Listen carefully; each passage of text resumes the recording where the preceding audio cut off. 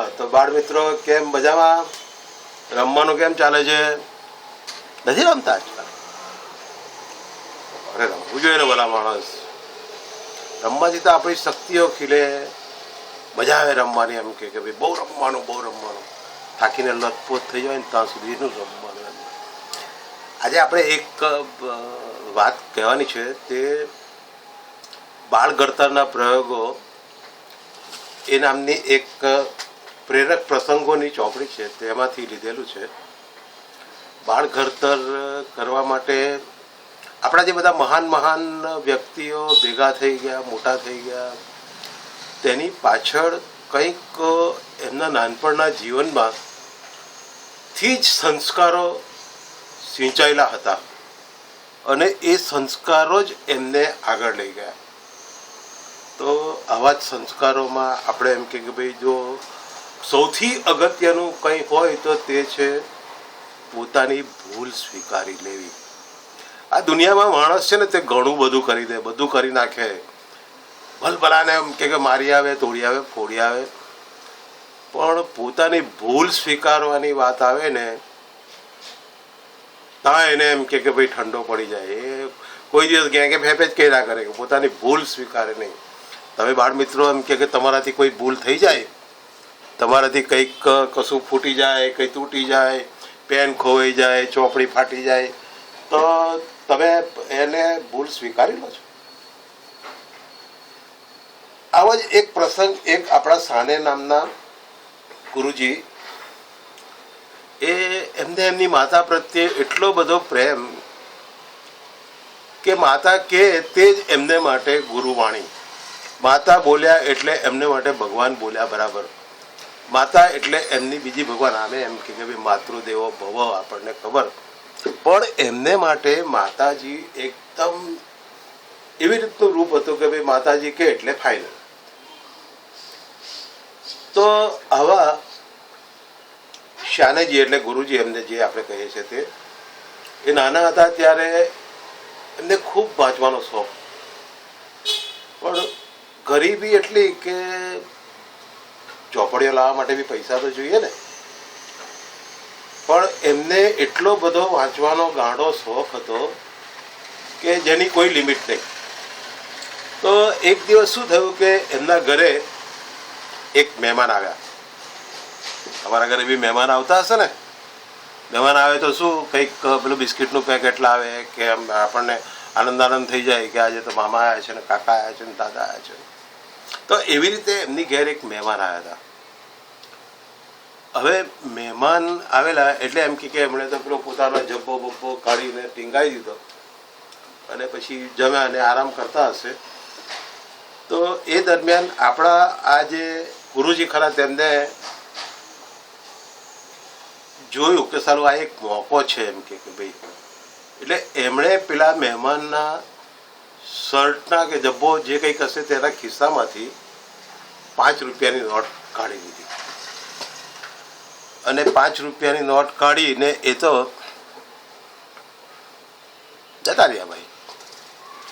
હવે થયું શું કે રાતના જ્યારે એમ કે પેલા મહેમાન પોતાનું કપડાં પહેરવા તૈયાર થયા, આમ તેમ કરતા હતા, જોતા હતા, બધો હિસાબ મેળવતા હતા, તો એમના હિસાબમાં 5 રૂપિયાની ખોટ આવે. કેટલાની? 5 રૂપિયાની. 5 રૂપિયા કાં ગયા હતા એ તમને ખબર છે?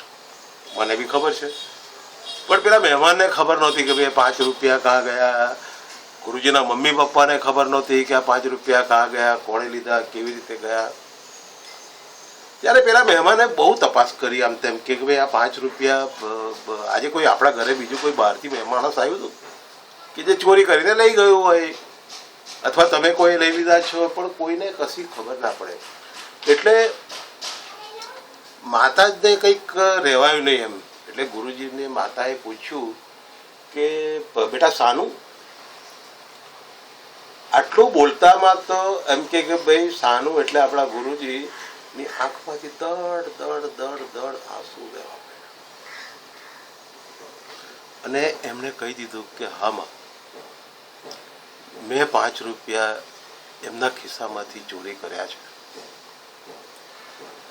માતાને થયું કે આ દીકરો મારો એમ કે કોઈ દિવસ કશું ચોરી ના કરે, કોઈ એનામાં તો ઘણા સારા સંસ્કાર છે ને આવું કેમ કર્યું એમ.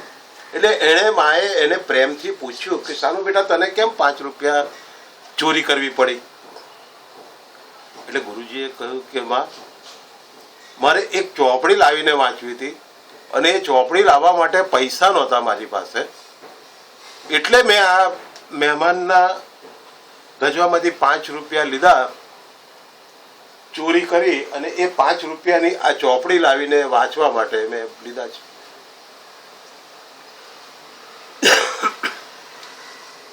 હવે અહીંયા એક પ્રસંગ જે બન્યો તે આ રીતનો કે માની સામે એમણે કબૂલ કરી લીધું કે મેં 5 રૂપિયા ચોરી કર્યા છે. કેટલી મોટી વાત. આજે તો એમ કે લોકો કઈ કેટલું જો એમ કે આવું દરેક માણસ સ્વીકારતો થઈ જાય ને તો બધી કોર્ટો બંધ થઈ જાય કે નહીં. તો તેવું પેલા એમણે જ્યારે એમ કે સ્વીકાર્યું ગુરુજીએ કે મેં ચોર્યા છે 5 રૂપિયા, તો એની માને તો ગદ આનંદ થઈ ગયો કે ભાઈ એમ કે પછી એણે કહ્યું બેટા તને કે આ એક ચોપડી તો મેં લાવી આપી છે, તે તો હજુ તે પૂરી કરી નથી, અથવા વાંચી કાઢી હોય તો તારે બીજી ચોપડી કેમ લાવવી પડી.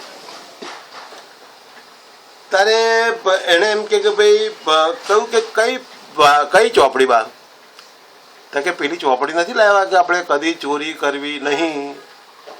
કે હા એ તો મેં વાંચી છે બરાબર, એકદમ કમ્પ્લીટ જોરદાર વાંચી કાઢી છે.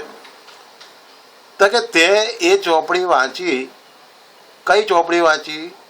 ચોરી કરવી નહીં. તો હવે એ ચોપડીમાંથી તે શું શીખ્યો તું? એટલે પેલા ગુરુજી એકદમ નીચ મસ્તક થઈ ગયા. શું બોલે બિચારા, કંઈ બોલવા જેવું હતું જ નહીં.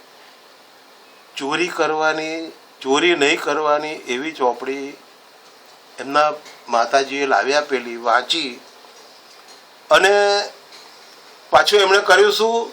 ચોરી કરી. એટલે માએ કહ્યું કે તને એક જે ચોપડી લાવી આપી છે તે ચોપડી ચોરી કરવી નહીં, એ તારે વાંચવી જોઈએ, એને બરાબર જીવનમાં ઉતારવી જોઈએ અને પછી બીજી ચોપડી લેવાનો તો વિચાર કર ને. આ તો પોથીમાના રીંગણા જેવી વાત થઈ ગઈ. પોથીમાના રીંગણા એટલે રીંગણના શાક હોય ને, રીંગણનું શાક ભાવે તમને લોકોને? નથી ભાવતું? મને તો ભાવે છે ભાઈ.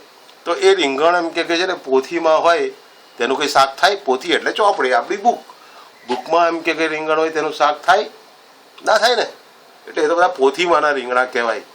એ જ્યારે બહાર આવે અને એનું એમ કે ભાઈ સબ્જી થાય ત્યારે શાક થાય, ખરું કે નહીં? તેવી રીતે આપણે જ્યારે કોઈ પુસ્તક લઈએ, પુસ્તક ચોરી કરવી નહીં, સત્ય બોલવું, સામેનાને માન આપવું, મોટાને માન આપવું, માતા પિતાને પગે લાગવું, આ બધા પુસ્તકો વાંચીએ પણ જો એને અનુસરીએ નહીં, એને જીવનમાં ઉતારીએ નહીં, તો એ બધા પોથીમાંના રીંગણા જ કહેવાય. એટલે હવે આપણે એમ કે કોઈ પણ પુસ્તક લઈશું, વાંચીશું, અહીંયા મારી પાસેથી વાર્તા સાંભળીશું, તો એ વાર્તામાં જે સાર આવે તે જીવનમાં ઉતારવાનો પ્રયત્ન કરીશું. આટલી નાની મસ્તી વાત છે યાર. બોલો, મજા આવી ગઈ ને? ચાલો પછી પડીએ પાછા આપણે. Okay, by.